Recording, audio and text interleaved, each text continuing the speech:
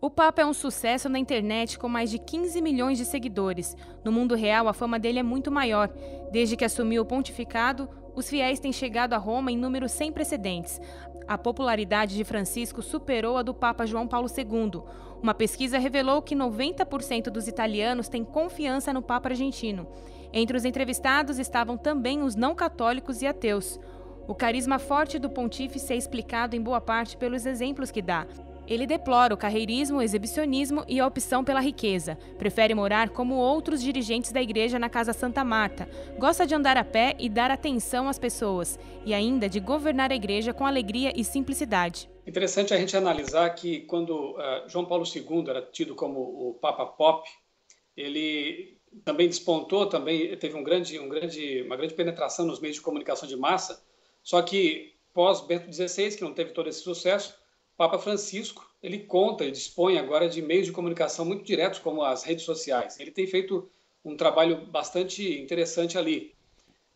Sabe-se que Barack Obama, o presidente norte-americano, tem o maior número de seguidores entre os líderes de Estado, mas o Papa, que tem um pouco menos do que Barack Obama, ele acaba tendo os seus tweets mais retweetados, ou seja, a influência dele nos meios, nas mídias sociais é bem mais forte, né?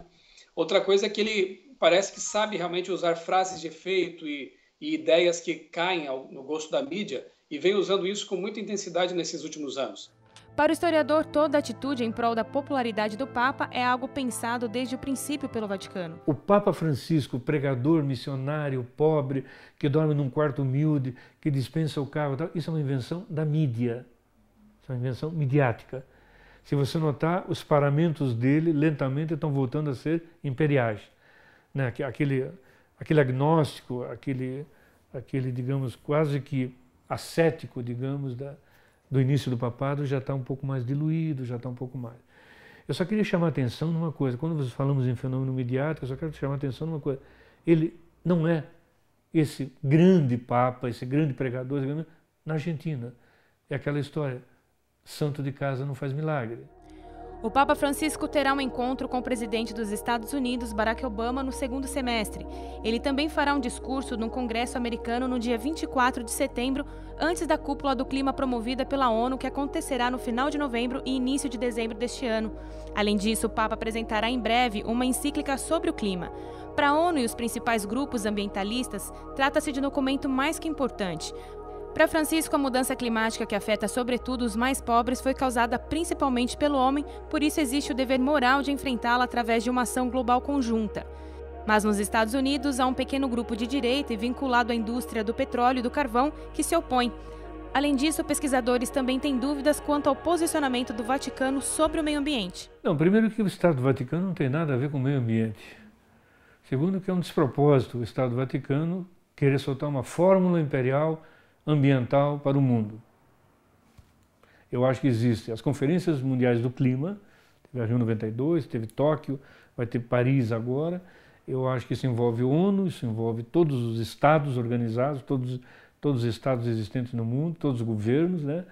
Quer dizer, acho que muito bem-vindo o Vaticano, como bem-vinda qualquer pessoa que queira, digamos, defender o ambiente e preservar o planeta. Agora, eles não têm nada, quer dizer, uma encíclica sobre o meio ambiente do Vaticano é a mesma coisa que se a Casa Branca soltasse o novo catecismo da fé. Não tem nada a ver.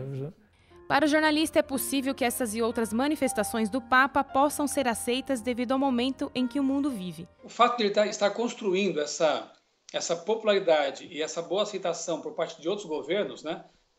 Usemos como exemplo aqui Cuba e Estados Unidos, fará com que certamente o seu discurso, ainda que talvez um pouco duro em alguns aspectos, seja bem recebido na ONU e na Casa Branca e no Senado, justamente pela pessoa dele, pela aceitação da pessoa dele.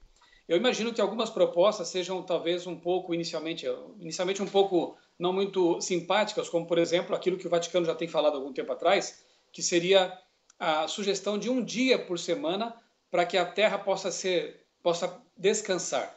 Seria, então, a proposta do Vaticano que o domingo seja o dia para que haja, então, uma redução da emissão de gases de efeito estufa. Talvez não seja uma proposta muito simpática para grupos como países islâmicos, Israel mesmo, que tem o sábado como dia de repouso, mas levando em conta a urgência do tema do aquecimento global, mesmo essa proposta, que talvez não fosse inicialmente assim tão simpática, poderá, eu creio, ser aceita vindo dele e levando em conta o momento urgente que estamos vivendo. De acordo com os especialistas, o Papa ainda tem muitas metas a cumprir pela frente. O fato dele sair mais do meio religioso e entrar na política é algo de interesse do Vaticano. O Vaticano tem interesses geopolíticos, o Vaticano tem interesses econômicos e sociais. Ele é um Estado.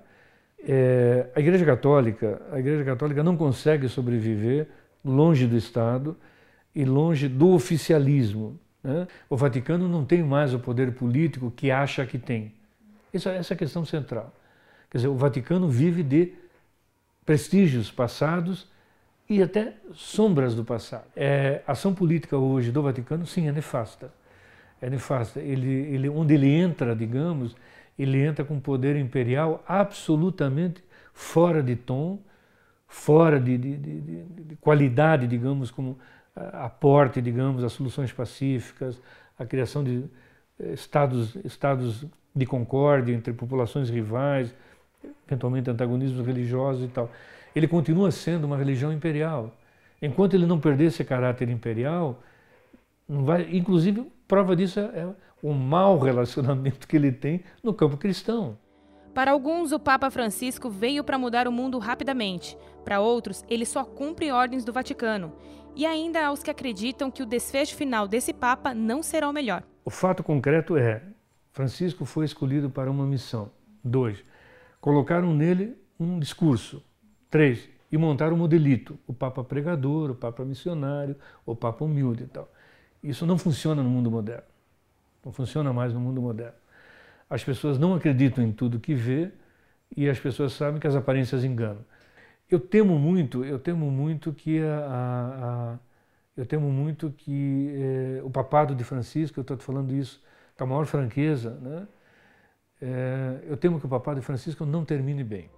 Sejam quais forem os próximos passos do Papa Francisco, ele terá sempre influência em tudo o que fizer, seja positiva ou negativa. Eu entendo que a influência dele tem sido muito interessante como um promotor do diálogo, um promotor, né, da tolerância. Eu acho que nesse sentido ele vem desempenhando um papel muito interessante ao não isolar Cuba, ao não isolar a Palestina, né, ao tentar promover um diálogo, né, e uma mensagem de paz num período, né, geopolítico bastante sensível. A gente tem uma guerra, né, um conflito acontecendo entre Ucrânia e Rússia, a gente tem, né, um período bastante complicado para as questões de migração na Europa, a gente tem um período muito complicado em relação à cristandade, à comunidade cristã dentro do Oriente Médio. Então acho que nesse sentido o papel que ele desempenha é importante e é influente, ele tem influência em relação às decisões no âmbito mundial.